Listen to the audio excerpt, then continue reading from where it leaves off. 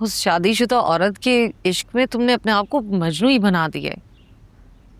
पहले मायरा की मोहब्बत में घर छोड़कर चले गए थे और अब जहां के इश्क में अपने आप को तबाह कर दिए तुमने।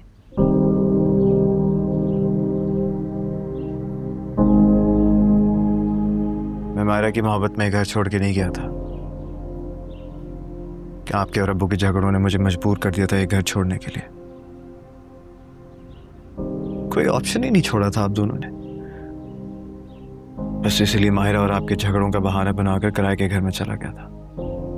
और वहां तुम्हें जहारा से मोहब्बत हो गई। उसके भी जिम्मेदार मैं और तुम्हारे अब्बू हैं, है ना?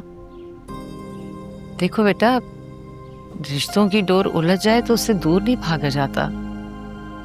उसके बीच में रह के उन्हें सुलझाने की कोशिश करता है इंसान। मैं समझाने की कोशिश करता था अम्मी, आपको और अब्बू को अलग अलग समझाने की कोशिश करता था।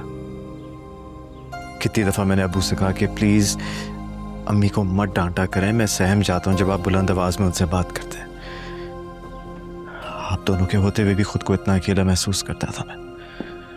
फिर आपसे भी कहता था मैं कि अम्मी प्लीज जब अब्बू आपको डांटा करें तो गुस्से में जवाब मत दिया करें उन्हें।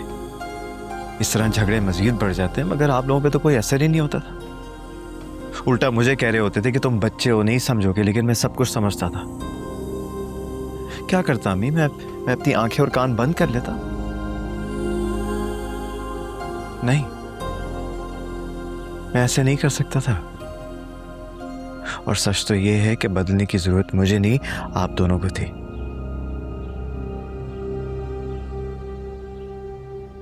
पता है, जब आप दोनों एक दूसरे के साथ प्यार मोहब्बत से बात किया करते थे ना, वो दिन मेरे लिए ईद का दिन होता था।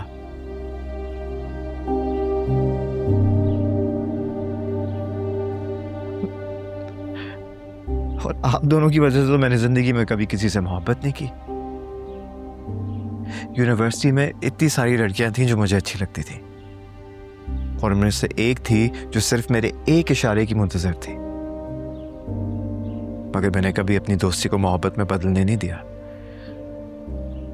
पता है क्यों? क्योंकि मुझे लगता था कि कोई फायदा ही नहीं होगा। शादी के बाद जिंदगी एग्जैक्टली वैसी ही हो जाएगी जैसे आपकी और अब्बू की थी। फिर आपने क्या किया? जिद में आके मेरी शादी मायरा से करवा दी, और उसके बाद जो कुछ भी हो आपके सामने।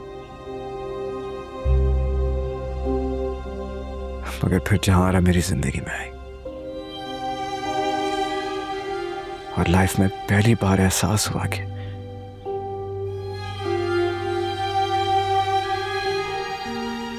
खैर मैं भी कहां अपना सर खपा रहा हूं। 28 सालों में जो बात आप नहीं समझ पाए वो आज क्या समझेंगी? मैं जा रहा हूं अम्मी, और आइंदा मुझे रोकने की कोशिश मत कीजिएगा। आपने और अबू ने हमेशा अपनी मर्जी की, और ये कभी नहीं सोचा कि आपके बेटे पे क्या असर पड़ेगा। लेकिन आज मैं एक बात बता दूं कि अब मैं अपनी मर्जी करूंगा।